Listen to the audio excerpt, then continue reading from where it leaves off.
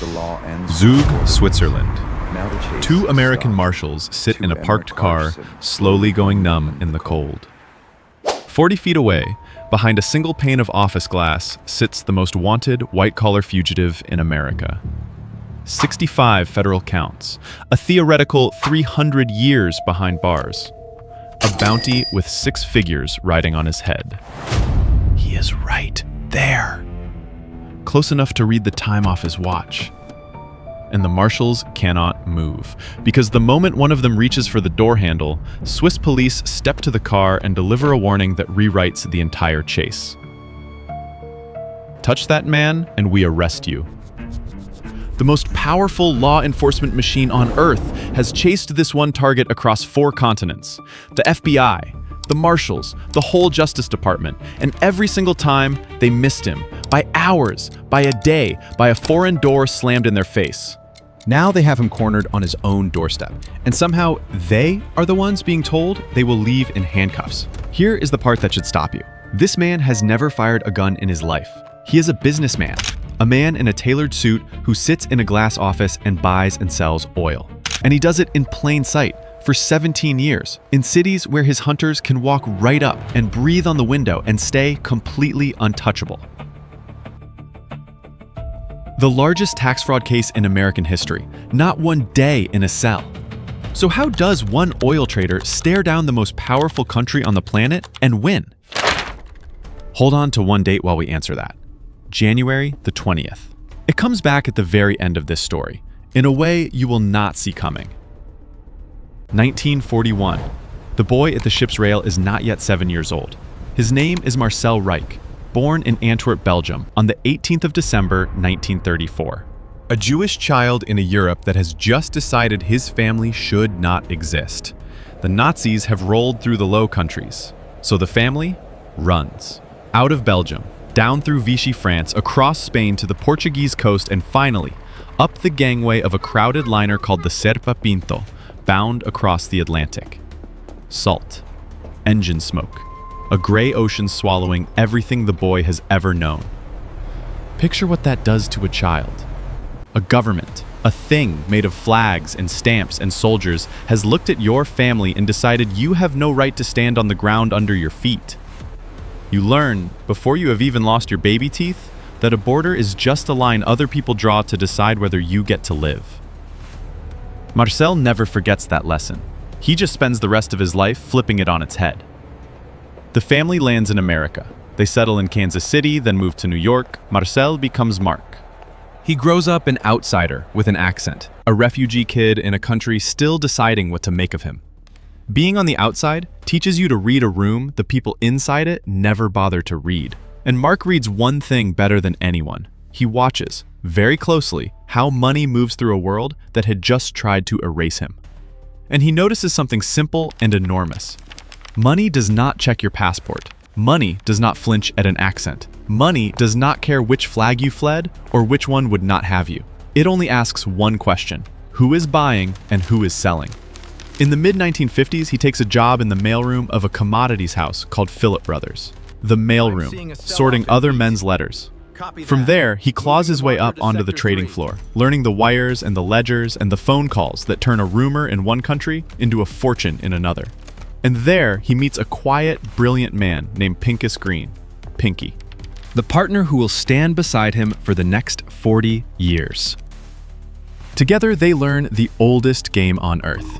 Buy a thing where it is cheap, sell it where it is dear, pocket the difference. But where the old traders are careful, Marc Rich is relentless. He will fly anywhere, call anyone, sit across a table from regimes other men would not be seen near, shake the hand, sign the contract, and be on a plane before the ink dries. The cautious traders lose the deal, Marc Rich takes it. He has no homeland to embarrass, no flag to salute, nothing to lose that a border could take from him twice. And that, it turns out, is a kind of superpower. He is about to build his empire in the one place on the map where no government can reach him, and for a while, he is almost right. Here is the trick that makes Marc Rich untouchable, long before any indictment ever lands. Imagine a supertanker, 250,000 tons of crude oil, somewhere out on the open ocean, steaming toward a buyer. Rich does not own that ship. He does not own the oil. He never lays eyes on it, never touches it, never smells a single drop. What he owns is knowledge. He knows a refinery in one country gasping for that exact grade of crude, and a seller in another who needs cash today.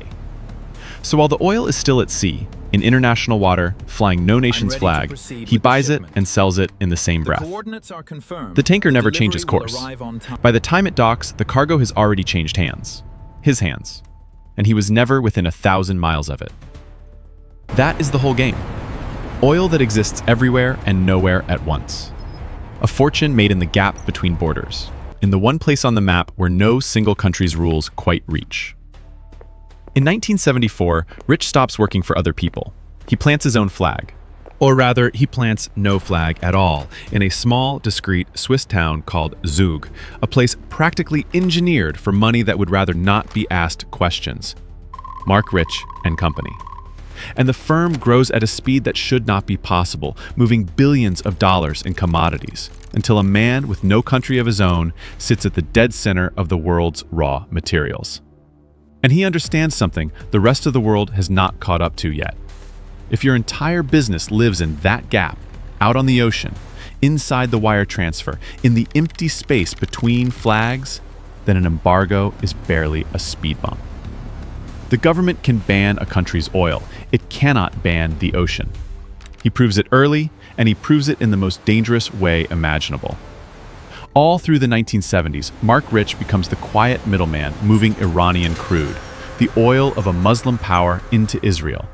Two sworn enemies, linked by a single pipeline, and one traitor who answers to neither of them. Remember that pipe. It matters far more later than anyone watching could possibly guess.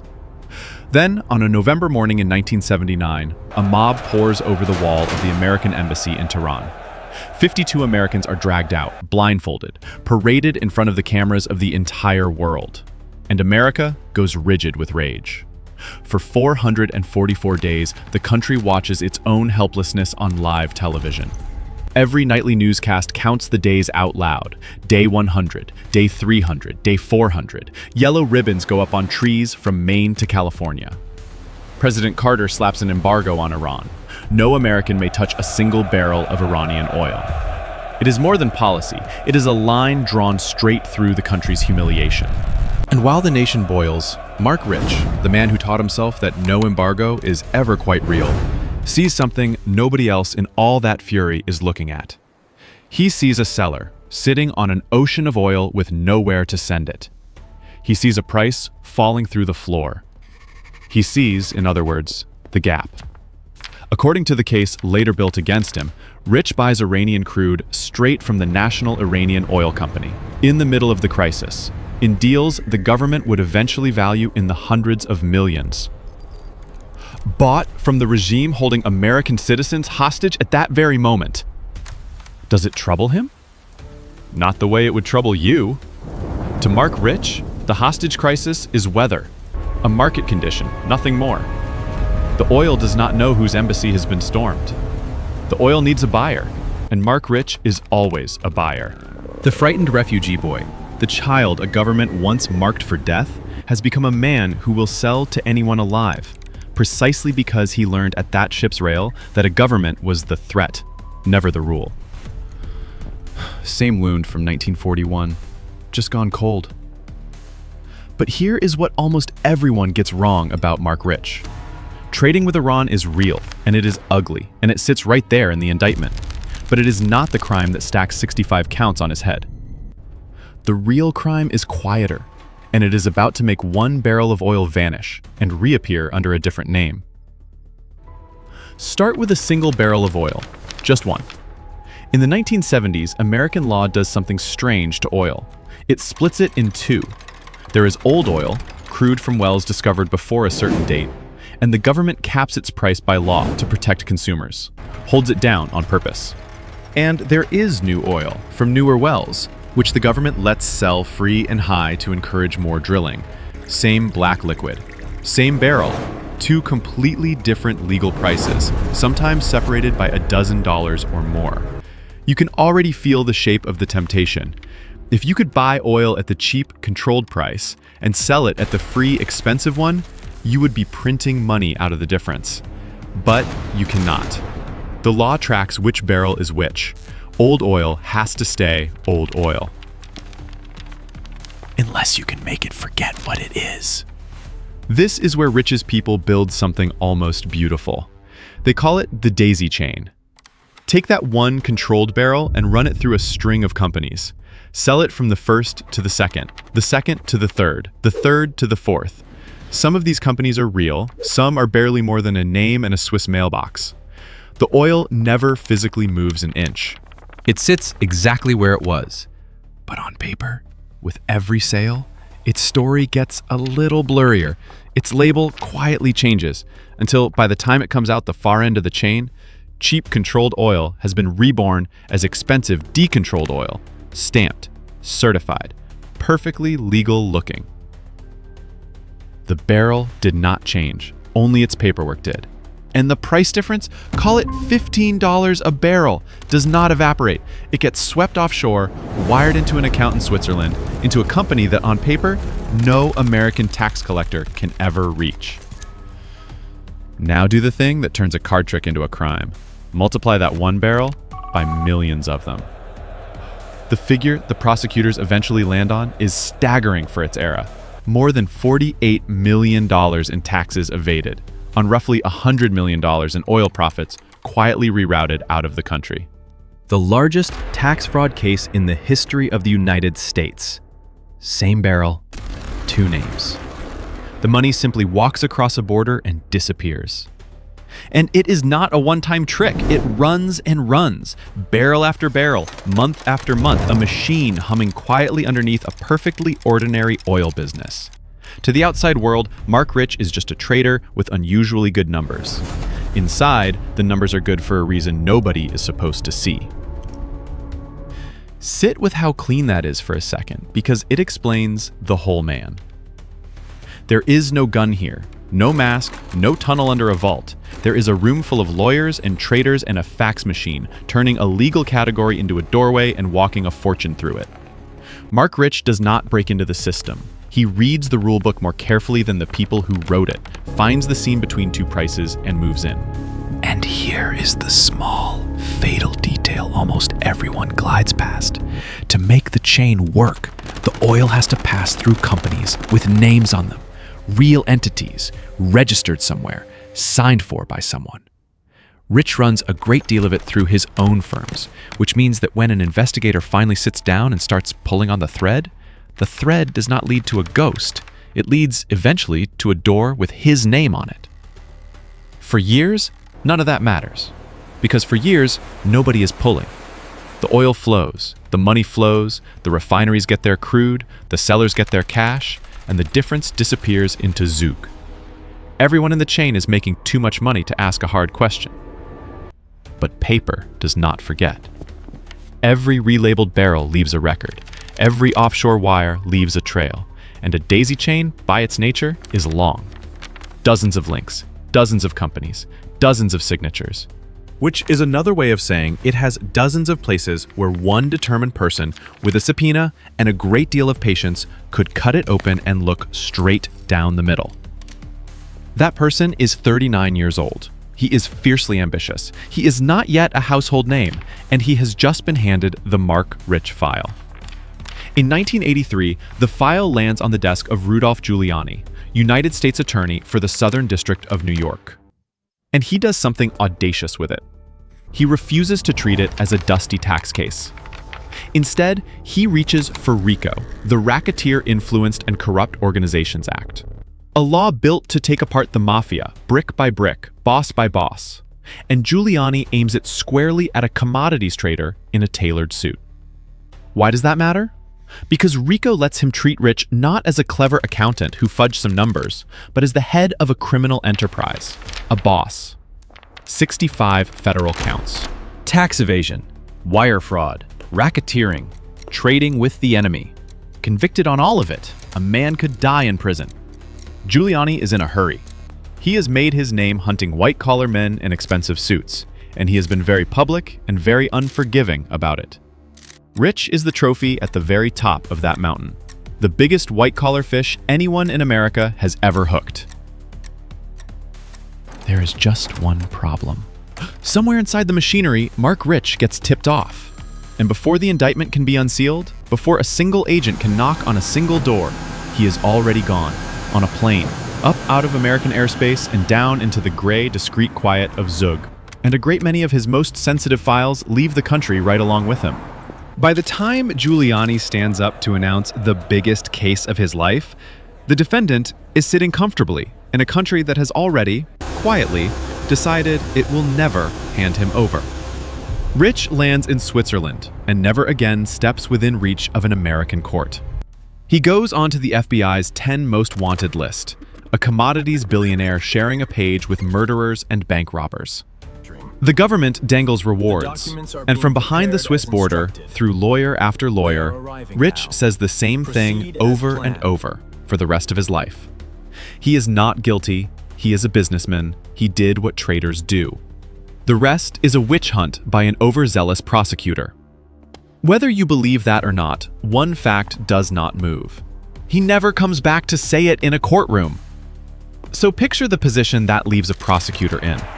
The indictment of the decade, the cameras, the headlines, the case with his name on it, and no defendant.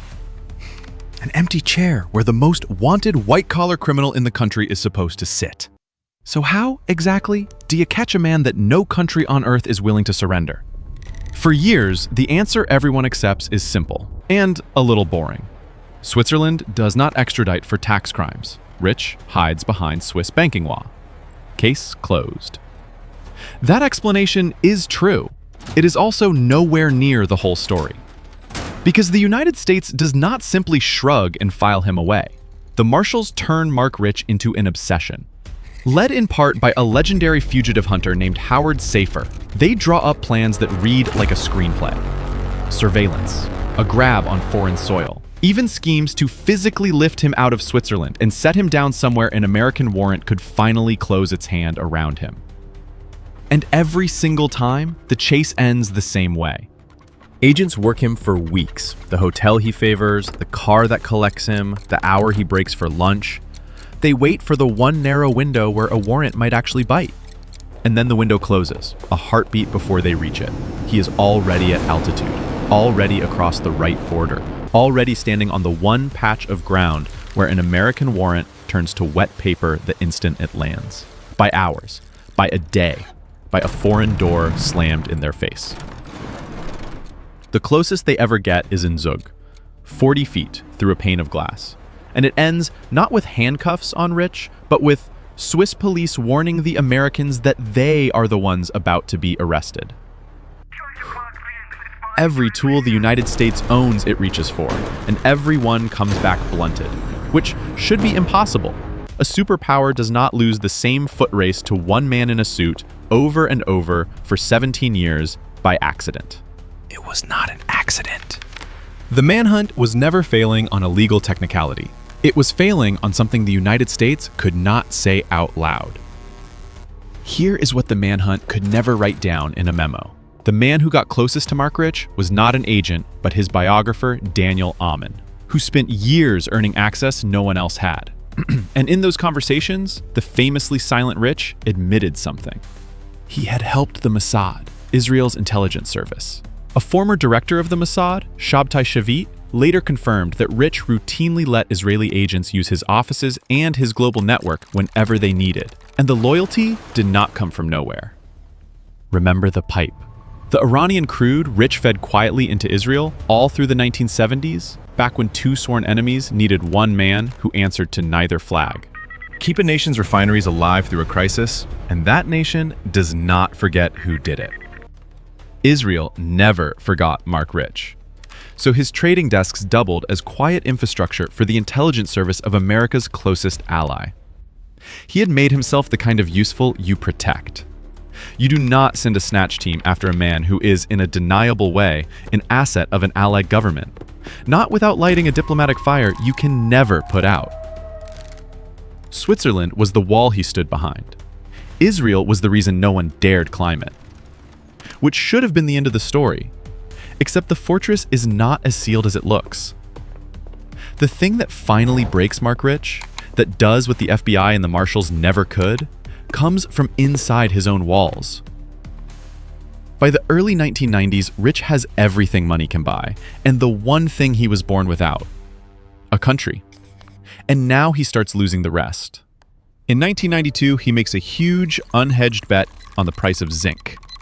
This time, the market turns on him. The loss runs to $172 million, the worst single hit in the company's history. And the aura around the man who never guessed wrong finally cracks. And led by an executive named Willie Strothot, they do to Marc Rich what the entire United States government never could. Across 1993 and 1994, in a boardroom, they force the founder out of his own company. They buy out his stake. And then they do the thing that must cut deeper than any indictment. They scrape his name off the door. Marc Rich and Company becomes Glencore. The empire lives on. The man who built it is quietly deleted from it. But the deepest wound has nothing to do with money. Her name is Gabrielle, his daughter. In 1996, she is dying of leukemia, 27 years old. And Marc Rich, whose money can reach any market on the planet, can do nothing about a hospital chart. Money does not check your passport. It does not cure a daughter either. For years afterward, whenever he came to Israel, he would go to her grave, sit down, and say nothing. So here is Marc Rich at the close of the 1990s, free, and more alone than that frightened boy on the refugee ship ever was. No marshal can reach him. No court can take him. But there is one door that even Rich cannot open himself. Because a president, in the final hours of his term, can do what no court and no marshal ever could. He can make all 65 counts simply disappear. The campaign to free him is built like one of his trades. His lawyer is Jack Quinn, a former White House counsel to Clinton himself, who knows which doors to knock on and which to avoid. Instead of fighting the New York prosecutors, who have hunted Rich for 17 years and would kill any deal on sight, Quinn takes the petition over their heads to the president's inner circle. The career attorneys who know the case best never get to shout no. Eric Holder, the Deputy Attorney General, later admits he was neutral, leaning favorable. A few soft words and the thing keeps gliding forward. And then Marc Rich cashes in everything he has built. The lobbying comes from the very top of Israel. Prime Minister Ehud Barak raises Rich's name with Clinton directly. So does a former chief of the Mossad. And in the background stands Denise Rich, his ex-wife, a major donor to Democratic causes and to Clinton's own presidential library. Nobody has ever proven a single dollar bought a single pardon. But money flowing one way and an extraordinary favor flowing back the other is the kind of thing that makes a whole country narrow its eyes. January the 20th, 2001, Bill Clinton's final morning in the White House. And with a stroke of a pen, all 65 counts are gone. The tax evasion, the wire fraud, the racketeering, the trading with the enemy, the 300 years, wiped off the books in a single signature. A man who was a fugitive for 17 years, who never once stood in an American courtroom, who never spent a single night in a single cell, is suddenly, simply free. And now that date, the one you were told to hold on to, 20 years earlier to the very day, on January the 20th, 1981, 52 American hostages walked out of Iran after 444 days. 20 years later, the same square on the calendar, the man who did business with the regime that held them walks free himself. The date that ended America's humiliation in Tehran ends the case against the traitor who profited from it. You could not write it. The country does not take it quietly. They name it Pardongate. Federal prosecutors in New York, now under a man named James Comey, investigate whether the pardon was bought. They find no provable crime. So bought stays where it sits, an allegation that can neither be pinned to him nor scrubbed away. The most fitting verdict Marc Rich ever received. So ask the question this whole chase was secretly asking from the beginning. It was never really, will they catch him? From day one, from those two marshals shivering outside a pane of glass, the real question was this: will the system surrender to him? It did. Marc Rich had spent decades weaving himself into machinery a superpower could not switch off. The oil markets that kept the West running. the intelligence service of its closest ally, the political money that pools around any president in his final hours. Wind yourself that deep into what a great power depends on, and you stop being a fugitive. You become a cost. By 2001, the most powerful nation on Earth had done the math Marc Rich taught it. Erasing the case was cheaper than chasing the man. He was never faster than his hunters. He was load-bearing. Marc Rich died on the 26th of June, 2013 in Switzerland. A free man who had spent his final decades unable to safely set foot in the country that once took him in as a refugee. They laid him to rest in Israel, at Kibbutz Einat, beside Gabriel. The boy who fled a state that wanted him dead ended his life beyond every flag on earth. And the one border he finally crossed was the one back to his daughter.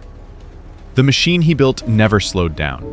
Glencore is today one of the largest commodity traders on the planet, and the traders he trained scattered to found rivals of their own. The house Marc Rich invented became the template for an entire industry that still routes the world's raw materials through the same gap he first slipped through. No country, no army, no gun. Not one trial, not one cell, not one night,